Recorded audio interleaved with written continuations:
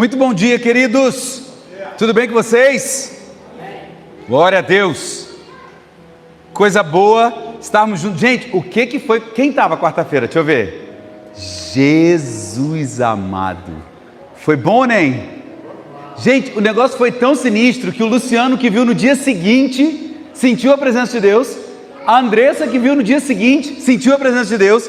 O negócio foi, a gente gravou a presença de Deus, sabe como? Se você não participou da live de oração de quarta-feira, você perdeu. Fala mais alto, você perdeu. Então, próxima quarta-feira você não pode ficar de fora, porque nós vamos orar, milagres vão começar a acontecer. Você crê nisso? Amém. Pessoas vão começar a chegar a Jesus, porque é isso que a pastora falou. Nós cremos na presença de Deus. Queridos, deixa eu falar uma coisa para vocês. Eu sou um comunicador com facilidade. Você concorda com isso?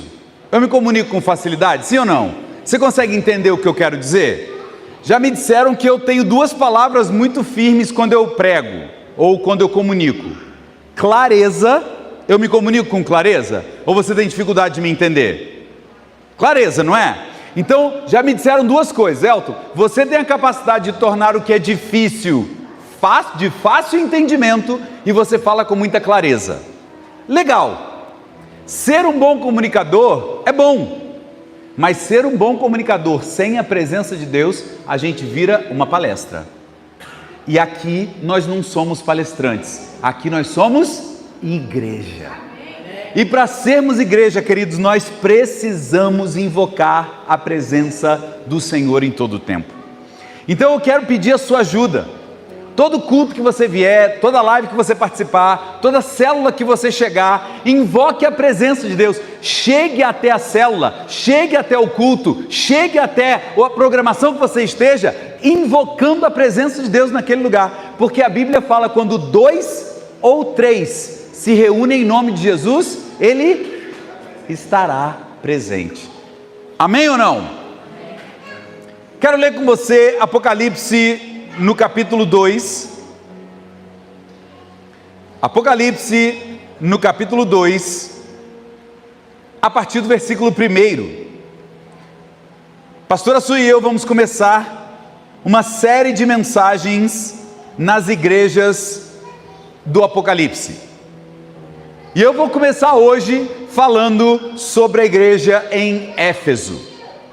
As próximas palavras que eu e a pastora pregarmos serão palavras baseadas em Apocalipse, nas cartas que João escreve. Na verdade, o Senhor manda João escrever às 7 igrejas que estavam na região da Ásia. E a primeira carta eu quero começar lendo com você, Apocalipse 2, a partir do versículo 1, que diz o seguinte: ao anjo da igreja em Éfeso, escreva. Quem é o anjo da igreja de Éfeso? Você sabe?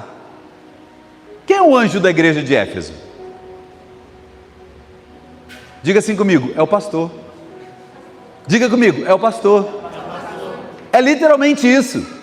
João, ele recebe uma mensagem de Deus, do próprio Jesus, para o pastor da igreja de Éfeso, que Paulo escreve uma carta para a igreja de Éfeso, chamada de carta de Paulo aos Efésios. Fala comigo, Efésios. Então presta atenção, a igreja está estabelecida, tem um pastor, Jesus escreve uma carta, João registra essa carta para ser enviada ao pastor da igreja. Então, ao anjo da igreja em Éfeso, escreva. Essas são as palavras daquele que tem as 7 estrelas na sua mão direita e anda com os 7 candelabros de ouro. Eu sei que aqui, gente, Apocalipse tem uma linguagem que a gente às vezes não entende muito bem. Mas para tudo, as palavras de quem que João está registrando aqui? As palavras de Deus, especificamente de Jesus. E aí Jesus diz para aquela igreja em Éfeso: conheço as suas obras, o seu trabalho árduo e a sua perseverança. Sei que você não pode tolerar homens maus, que pôs à prova os que dizem ser apóstolos, mas não são, e descobriu que eles eram impostores. Você tem perseverado e suportado sofrimentos por causa do meu nome, e não tem desfalecido. Eu quero começar essa palavra dizendo para você o seguinte: o Senhor começa a falar coisas boas sobre essa igreja. O Senhor começa a falar que essa igreja sabe lidar com problemas. Por quê? Porque falsos apóstolos chegaram naquela igreja e eles botaram os falsos apóstolos para correr. Eles não aceitavam doutrinas de qualquer pessoa. Sabe, pessoas que a Bíblia fala que são levadas pelo vento para lá e para cá? Pessoas imaturas. A pastora falou hoje na palavra de oferta dela, pessoas que são imaturas, que não sabem, que não têm consistência, que são inconstantes, que hoje estão bem, amanhã estão mal, que hoje estão aqui, amanhã não estão mais, que hoje gostam do pastor, amanhã não gostam mais. Tem gente assim ou não, gente? Tem gente que a gente sabe que é gente inconstante. O Senhor está falando que a igreja de Éfeso não era uma igreja inconstante. Muito pelo contrário, era uma igreja que sabia fazer bem o seu trabalho, que trabalhava bem, que trabalhava arduamente. Crianças, eu preciso da ajuda de vocês três. Preciso da ajuda.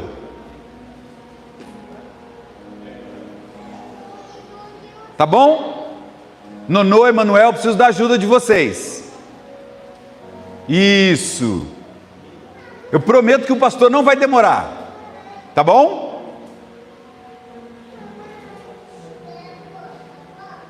Muito bom. Então era uma igreja forte, era uma igreja perseverante, era uma igreja trabalhadora. Só tinha um problema. Olha comigo no versículo 4. Vamos ler todo mundo junto? 1, 2, 3 e... Contra você, porém, tenho isto: você abandonou o seu primeiro amor. Quando a gente começa a analisar o que Jesus está falando para essa igreja, Jesus não está falando que a igreja era uma igreja ruim, que era uma igreja pervertida, que era uma igreja que não fazia as coisas direito. Não, pelo contrário, o Senhor está falando, essa igreja é uma igreja boa, é uma igreja trabalhadora, é uma igreja que expulsa os falsos apóstolos, é uma igreja que trabalha e faz um monte de coisa. Só tem um problema, queridos: vocês abandonaram o quê? Fala de novo, abandonaram o quê? Jesus está falando que esse povo deixou de amar? Sim ou não? O pessoal deixou de amar? Sim ou não? Não. O que ele está dizendo é que eles perderam o primeiro amor. Eu quero rapidamente conversar com vocês sobre 3 tipos de amor que a gente aprende na Bíblia. Fechado? O primeiro deles é o amor agape. Fala comigo, agape. Que em português a gente chama de ágape, mas no grego é agape. E o amor agape é o amor incondicional, é o amor sacrificial, é o amor que Deus nos ama.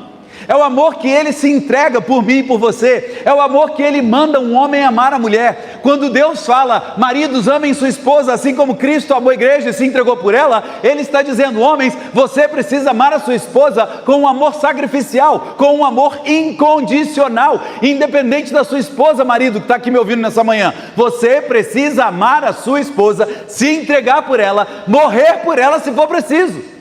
Porque esse é o amor que Jesus tem por mim e por você. É o amor chamado de...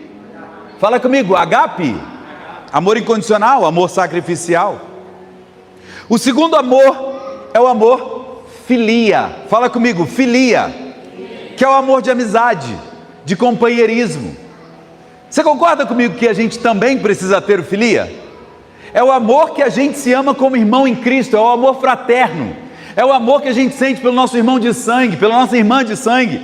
É o amor da amizade, do companheirismo. Quero estar junto, quero estar com você o tempo todo. Esse é o amor filia. O primeiro amor é chamado de agape, e ele é o quê? Incondicional. O segundo é o filia, e ele é o amor de amizade, amigos. E o terceiro? O terceiro é o amor storge. Fala comigo, storge. Ou então storge. O amor storge, ele é o amor familiar, ele é o amor baseado em dever e em compromisso. Em casa, os homens precisam ter o amor incondicional, o amor sacrificial. Marido e mulher precisam ter o amor filia, de amizade, de companheirismo. Mas também em casa, nós precisamos ter o amor storge, que é o amor de dever, de compromisso. Eu sou comprometido com a minha família. Agora, presta atenção, que a igreja de Éfeso tinha amor. O grande problema é que eles trocaram o amor que eles recebiam de Deus por um amor apenas de cumprir metas, apenas do compromisso, apenas de estar lá como um rito, como um ritual. Sabe aquela coisa de domingo sem missa, semana sem graça? Alguém já ouviu essa expressão? O que significa isso na cabeça de muitos? Não estou dizendo que é a origem da frase, mas na cabeça de muitos, eu vou à igreja, cumpro o meu ritual religioso e a partir daí eu sou abençoado. Queridos, deixa eu falar uma coisa para você. Se você vem aqui para cumprir um ritual, isso não tem a ver com amor agape, isso não tem a ver com amor incondicional, isso não tem a ver com amor sacrificial, isso tem a ver com um compromisso e somente só um compromisso. Há maridos, aqui em Taubaté não. Dá um glória a Deus aí, maridos. Ué, gente, dá um glória a Deus aí, maridos. Misericórdia. Há maridos em outros lugares, não aqui em Taubaté, que eles pensam assim: a minha função em casa é botar dinheiro para dentro de casa. Eu não preciso respeitar ninguém, eu não preciso amar ninguém, eu não preciso dar carinho para ninguém. O meu papel nessa casa é botar dinheiro para dentro de casa. Em nome de Jesus, aqui em Taubaté não tem nenhum marido assim. Nossa, as mulheres foram mais do que os homens aí. Não... Mas tá bom, eu estou entendendo que você está entendendo a palavra. O que eu quero falar para você, querido, é que nós não estamos aqui por um mero ritual. Nós estamos aqui porque nós queremos declarar o nosso amor pelo Senhor, porque Ele nos amou primeiro. O Senhor nos amou primeiro, amém, queridos? Você está entendendo, sim ou não?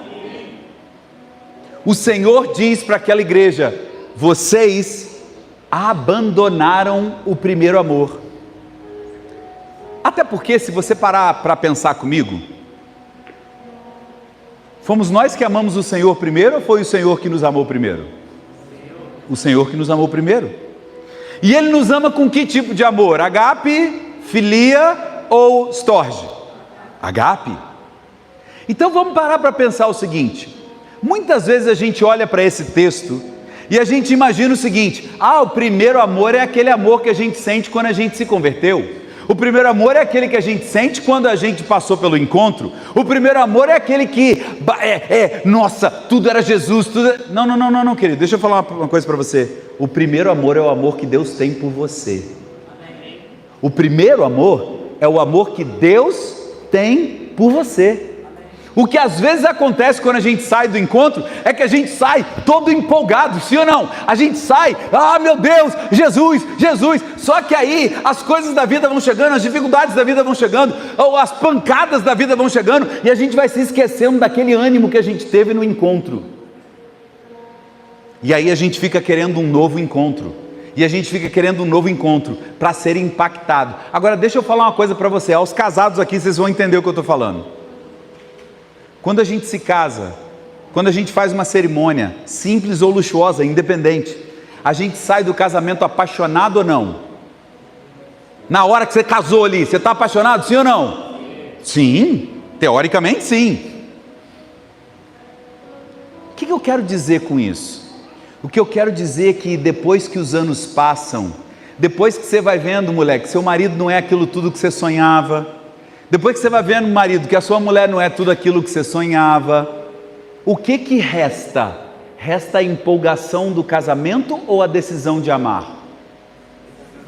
Decisão de amar, queridos. É uma decisão todos os dias. Quando eu vejo uma igreja dessa, tenho porém contra você, que você abandonou o seu primeiro amor, significa que essa igreja tinha uma escolha. Ela tinha uma escolha de continuar vivendo no primeiro amor ou a decisão de trocar o amor, a decisão de continuar vivendo para Deus, ou simplesmente fazer ritos, aquilo que a gente falou aqui no começo da palavra. Se a gente vier para cá e a gente tiver uma palavra, e essa palavra não for cheia do Espírito Santo, vai ser uma palavra motivacional para a sua semana, só que quarta-feira essa palavra já foi embora, porque ela não faz sentido no seu espírito, ela simplesmente te emociona. E deixa eu falar uma coisa para você, nós não estamos aqui para fazer uma igreja que te emociona, nós estamos aqui para fazer uma igreja cheia da presença do Espírito de Deus. E se nós tivermos uma igreja cheia do Espírito de Deus, nós só vamos ter uma igreja cheia da presença de Deus, se nós formos cheios da presença de Deus. Porque a Bíblia diz que Deus não habita em templos feitos por mãos humanas, mas a Bíblia diz que o nosso corpo é o quê? É o templo do Espírito Santo.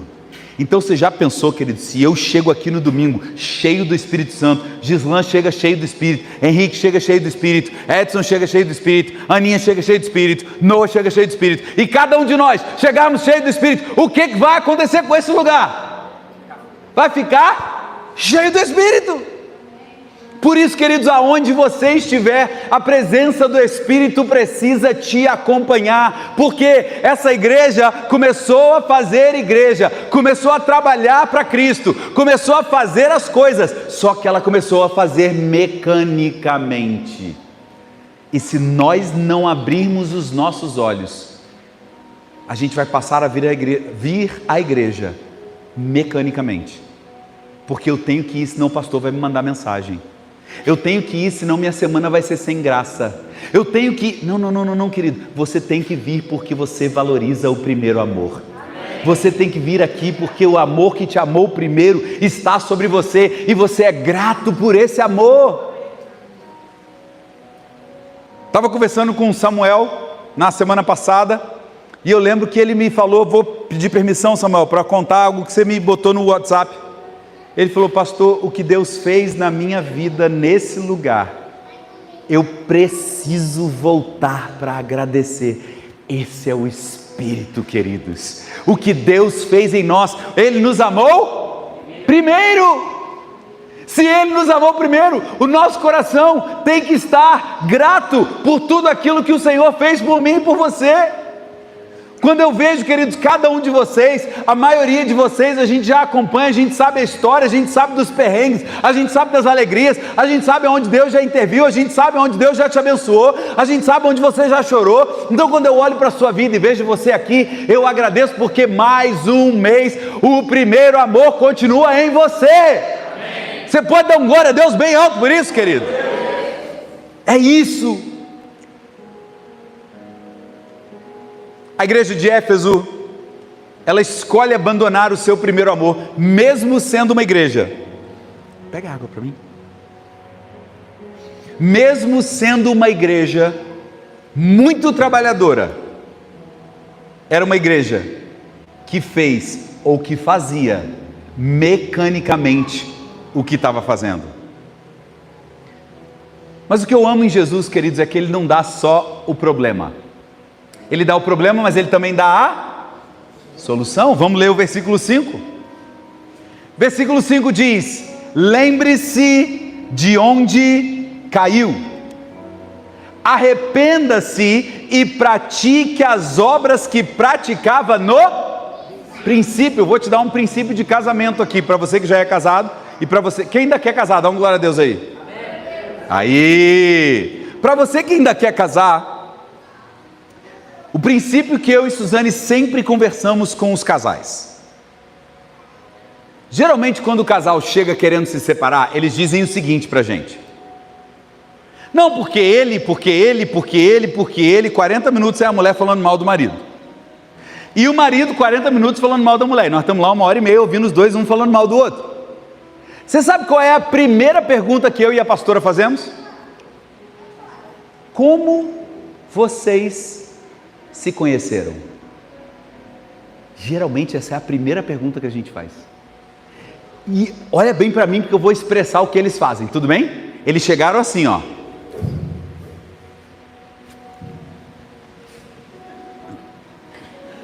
Quando a gente pergunta como vocês se conheceram, acontece assim, ó.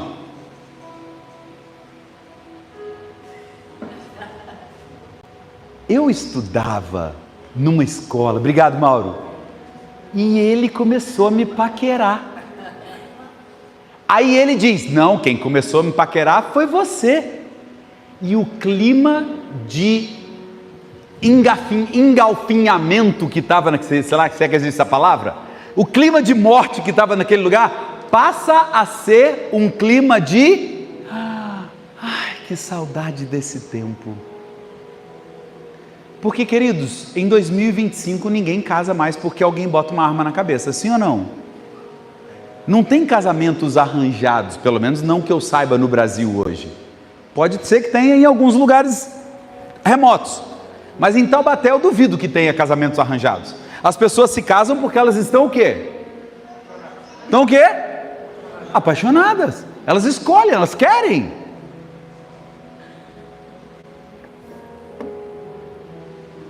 Quando eu olho para Jesus e eu vejo a receita dele aqui, ele diz o seguinte: vocês estão mecânicos? Eu tenho uma solução para vocês. Lembrem-se de onde vocês viraram mecânicos, arrependam-se do momento em que vocês viraram mecânicos e voltem a fazer o que vocês faziam no começo. Porque no casamento, queridos, quem é casado, quem namora, quem sabe aqui o que eu estou falando, sabe que no começo a gente mandava cartinha, porque não tinha WhatsApp na época. A gente mandava recadinho, eu mandava recadinho para a pastora no Facebook, era no Orkut ou no Facebook? Era no e-mail. A Suzane tem os e-mails guardados que eu mandava para ela, as cartas, os e-mails de amor que eu mandava para ela. Só que depois que a gente casa, a gente meio que vai virando no automático e vai esquecendo, e vai deixando de fazer o que a gente fazia no começo.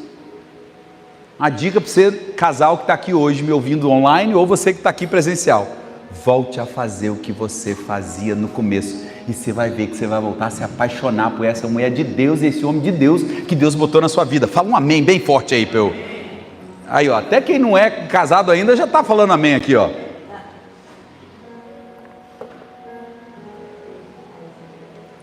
Lembre-se de onde caiu, diz o Senhor. Arrependa-se e coloque as obras que praticava no princípio. E aí ele continua: se não se arrepender, virei a você e tirarei o seu candelabro do lugar. Fala comigo assim: candelabro. Candelabro, eu não sei se vocês já viram, procura para mim, Henrique, menorá no Google e bota uma foto. Menorá, M-E-N-O-R-A.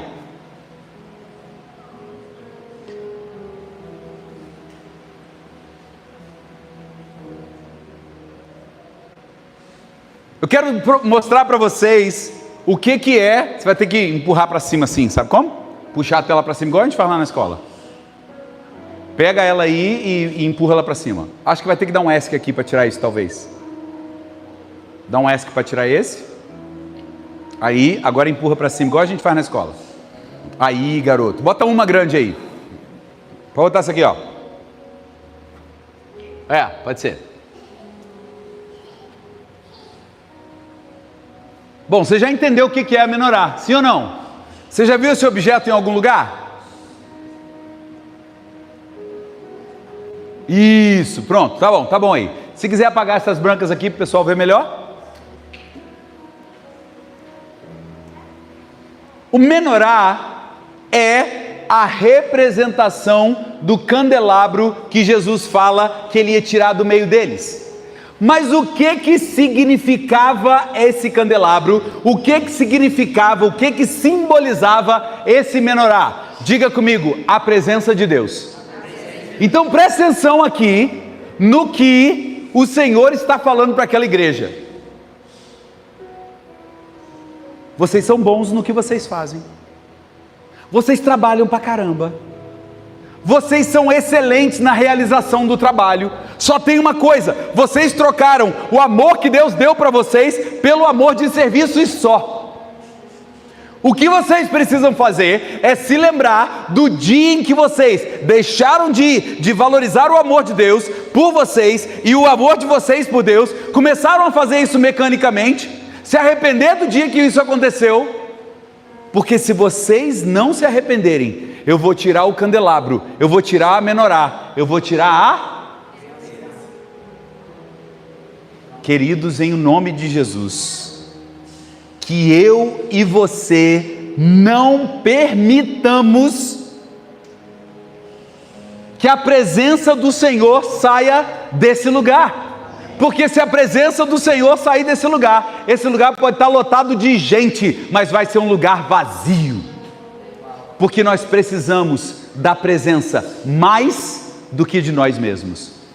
Ou nós colocamos a nossa cabeça no lugar e nos voltemos ao amor que Deus tem por nós, amor agape, amor incondicional. Deixa eu contar uma história para você que eu gosto muito disso aqui. Pode tirar isso aí, Henrique? Coloca para mim João 21.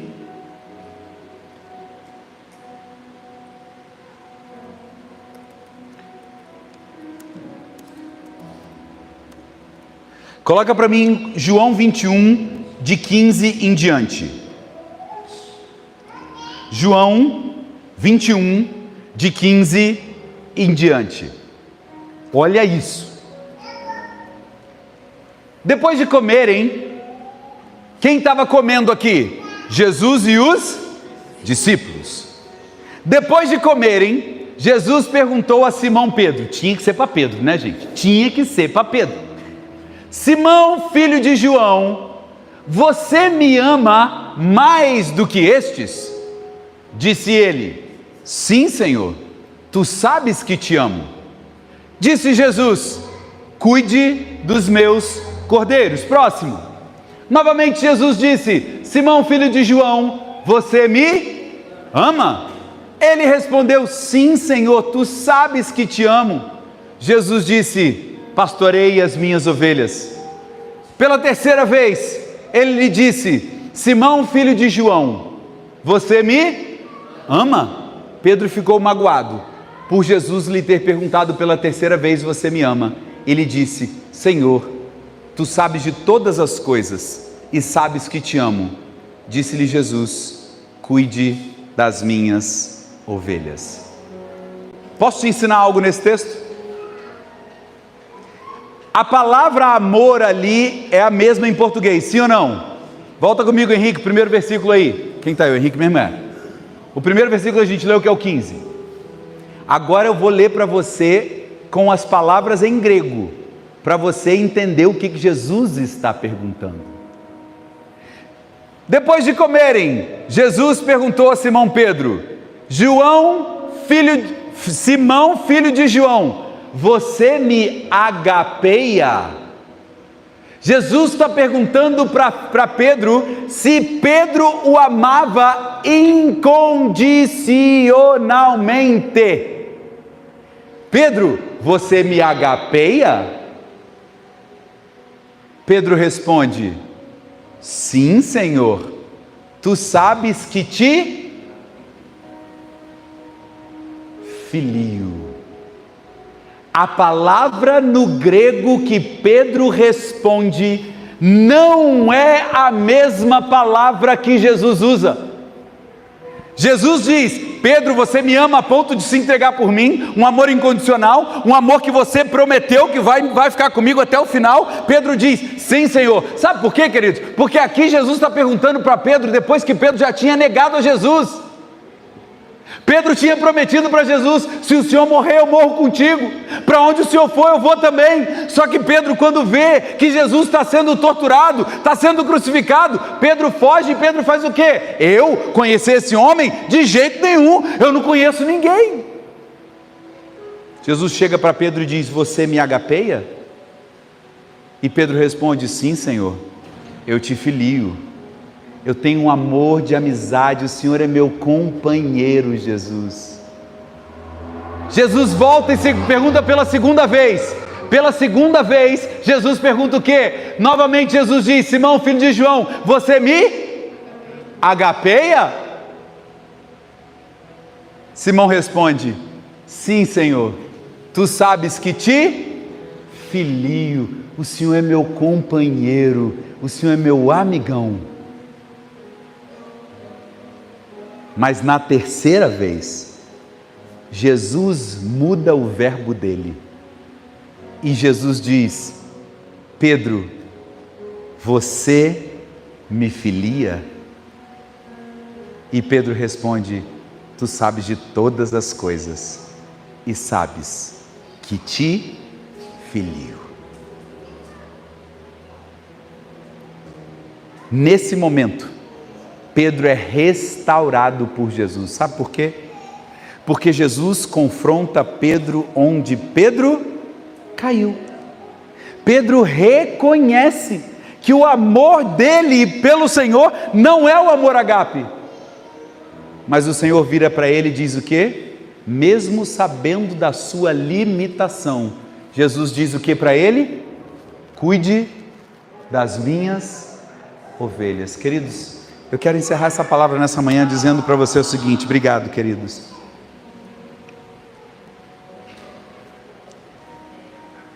Eu e você precisamos descobrir aonde foi que nós caímos e, diante disso, nos render de novo aos pés do Senhor. Não para sair com a empolgação, uhul! Mas para sair com a decisão: eu amo a Cristo independente das circunstâncias. Como Samuel me disse na semana passada, o meu coração está grato por tudo que o Senhor fez por mim. Eu preciso me lembrar de onde o Senhor me tirou, porque se nós não nos lembrarmos, nós vamos fazer igreja como clube.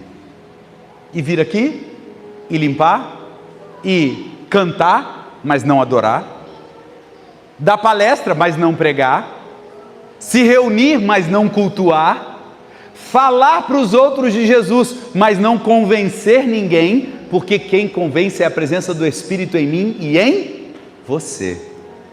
Então, queridos, em nome de Jesus, nessa manhã de ceia, eu queria convidar você a se arrepender e a colocar o seu coração de volta.